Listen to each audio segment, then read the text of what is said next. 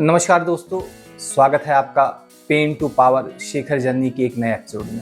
आज का भी दिन मेरे जीवन में एक नई लड़ाई जैसा है, क्योंकि इंसान की जिंदगी में सबसे मुश्किल काम होता है उसे खुद को हराना।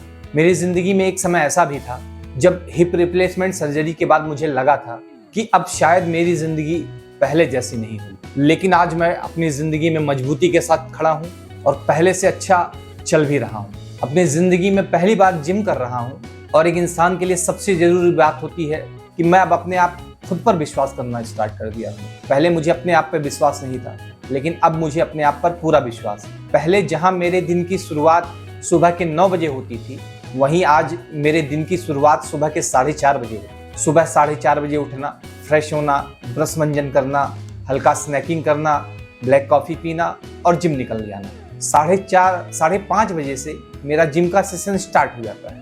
जहाँ मेरे लिए पहले 2.5 किलो का डंबल खाली राड तक उठा पाना बहुत मुश्किल था, वहाँ आज 40 किलो, 50 किलो, 60 किलो अब मुझे कुछ लगता ही नहीं है कि मैं कोई वेट को लिफ्ट कर रहा हूँ। मेरी बॉडी इतनी हैबिचुअल हो चुकी है आज की डेट में। जिम से आने के बाद ऑफिस जाना, ऑफिस से आने के बाद 6 बजे से 7 बजे तक शाम को एक अच्छी गति से टहलना, कम से कम 6 से 8 किलोमीटर, ये मेरा डेली रूटीन है। जिम और वॉकिंग ने सिर्फ मेरा वजन ही नहीं कम किया है, मेरा खुद के ऊपर कॉन्फिडेंस वापस दिया है। जब आप सभी अपनी जिंदगी में कोई छोटे छोटे कदम लेते हैं तो जिंदगी में बदलाव ऑटोमेटिकली स्टार्ट हो जाता है, क्योंकि आप द्वारा उठाए गए हर छोटा कदम आपको आपकी मंजिल के एक कदम और पास ले जाता है। जरूरी नहीं है कि आप एक ही बार दौड़कर मंजिल पर पहुंचे, ये भी जरूरी नहीं है कि मंजिल आपको बहुत आसानी से मिल जाए, लेकिन हाँ, ये भी अटल सत्य है कि अगर आप एक एक कदम अपनी मंजिल की तरफ बढ़ाते रहेंगे तो एक दिन जरूर ऐसा आएगा जब आप अपनी मंजिल पर खड़े होंगे और दुनिया इस बात का तमाशा देख रही है। जो आपको अनसक्सेस बोलते हैं, जो आपको फेलियर बोलते हैं, वही आपकी कामयाबी पर ताली भी बजा रहे होंगे। 21 मई को मेरा जिम का 1 साल पूरा हो जाएगा और इस 1 साल में मुझे एक अनुभव हुआ जो मैं आपके साथ साझा करना चाहूँगा कि अगर आप वेट लॉस की जर्नी पर हैं तो ट्रांसफॉर्मेशन आपको जिम जाने से और पैदल चलने से उतनी नहीं मिलेगी जितना आपको डिसिप्लिन में आने से मिलेगी। यहाँ पर डिसिप्लिन का मतलब है आपका आहार, और ऐसा नहीं है कि आप अपनी आदतों को एक दिन में बदल सकते हैं। मैंने खुद में धीरे धीरे अपनी आदतें बदली। शुगर, मैदा, रिफाइन और जंक फूड मैंने छूना तक बंद कर दिया। मैंने अपना वाटर इंटेक बढ़ाया, मिनिमम 5 से 6 लीटर में 24 घंटे में पानी पी लेता। और इन सब चीज़ों को करने के बाद भी आपको रिजल्ट तब तक नहीं मिलेगा जब तक आप इस काम में कंसिस्टेंट नहीं होंगे। आपकी जिम, आपकी वॉकिंग और आपकी डाइट हैबिट, ये आपको वेट लॉस या वेट गेन में बहुत मदद करेगी। तो ये 3 जो प्रमुख चीज़ें हैं, इसमें से कोई भी एक चीज़ आप स्किप नहीं करें तो शायद रिजल्ट आपको बहुत जल्दी मिल जाएगा।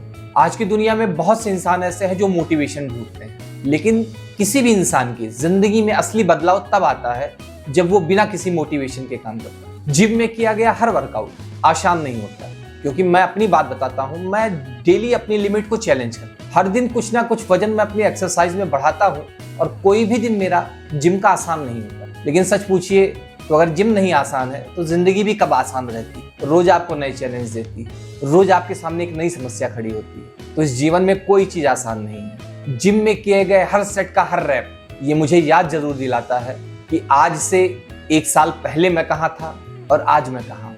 मैं जिम में किसी और से कंपटीशन बिल्कुल नहीं करता हूँ, क्योंकि उनकी लाइफस्टाइल अलग है, उनके मेडिकल प्रॉब्लम्स अलग होंगे और उनकी समस्याएं अलग होंगी। मैं जिम में जाकर के या पैदल चल के उस पुराने शेखर को हराना चाहता हूँ जो कभी 95 किलो का हुआ करता था और जिसके लिए एक स्ट्रेच में 500 मीटर चलना भी मुश्किल होता था। मैं सिर्फ उस शेखर को हराता हूँ और किसी इस दुनिया में किसी से मेरा कोई कंपटीशन नहीं। और आपको भी अगर जीवन में सफल होना है तो एक बात गांठ बांध लीजिए कि किसी और से बेहतर मत बनिए, खुद से बेहतर बनिए।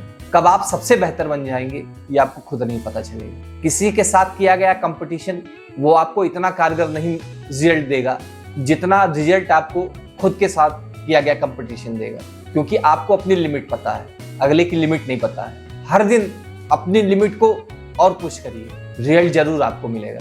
जब मुझ जैसे आलसी इंसान को रिजल्ट मिल गया तो आप तो बहुत एक्टिव होंगे। बस थोड़ा सा अपने ऊपर कॉन्फिडेंस लाइए। दोस्तों, कभी कभी जिंदगी हमें तोड़ देती है, लेकिन सच पूछिए तो उसका तोड़ना भी हमारे जीवन के लिए जरूरी है कि अगर जिंदगी हमको तोड़ेगी नहीं तो कभी भी हम अपनी लिमिट को पुश नहीं करेंगे, और कभी भी अगर हम अपनी लिमिट को पुश नहीं करेंगे तो हम अपने अंदर की कैपेबिलिटी कैसे जान पाएंगे कि हम कर क्या सकते। और जिंदगी में मिला हुआ दर्द का इस्तेमाल अगर सही दिशा में हो तो वो मेरी जिंदगी की, आपकी जिंदगी की, हर एक व्यक्ति की जिंदगी की सबसे बड़ी ताकत बन सकती है। सच पूछिए तो ऑपरेशन में मिला दर्द, उतना दर्द मैंने अपने 41 साल की उम्र में कभी नहीं झेला था, लेकिन उस दर्द ने आज मुझे यहाँ तक पहुंचाया।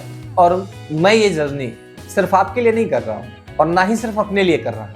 मैं ये चाहता हूँ कि हर इंसान, हर वो एक सिंगल पर्सन जो अपनी जिंदगी में हार मान चुका है, उसे अपनी जिंदगी में फिर से उम्मीदें मिले, क्योंकि यहाँ सारा कुछ आपकी थॉट प्रोसेस का काम है। अगर आपने कोई काम ठान लिया कि मुझे ये काम करना है तो उस काम में वो आप सफल होंगे। समय लग सकता है, असफलताएं भी मिल सकती हैं, लेकिन आपने अगर कंसिस्टेंसी के साथ वो काम किया तो विश्वास करिएगा उस काम से सफल होने में आपको भगवान तक नहीं रोकता। दोस्तों, अगर आप अपनी जिंदगी के एक मुश्किल दौर से गुजर रहे हैं तो बस एक बात मेरी याद रखें कि भले ही धीरे चलो, लेकिन कभी रुकना मत, कभी मत रुको। धीरे चलो, रेंगते चलो, घिसटते चलो, लेकिन रुको मत, क्योंकि जिस दिन रुक गए उस दिन आप हार गए।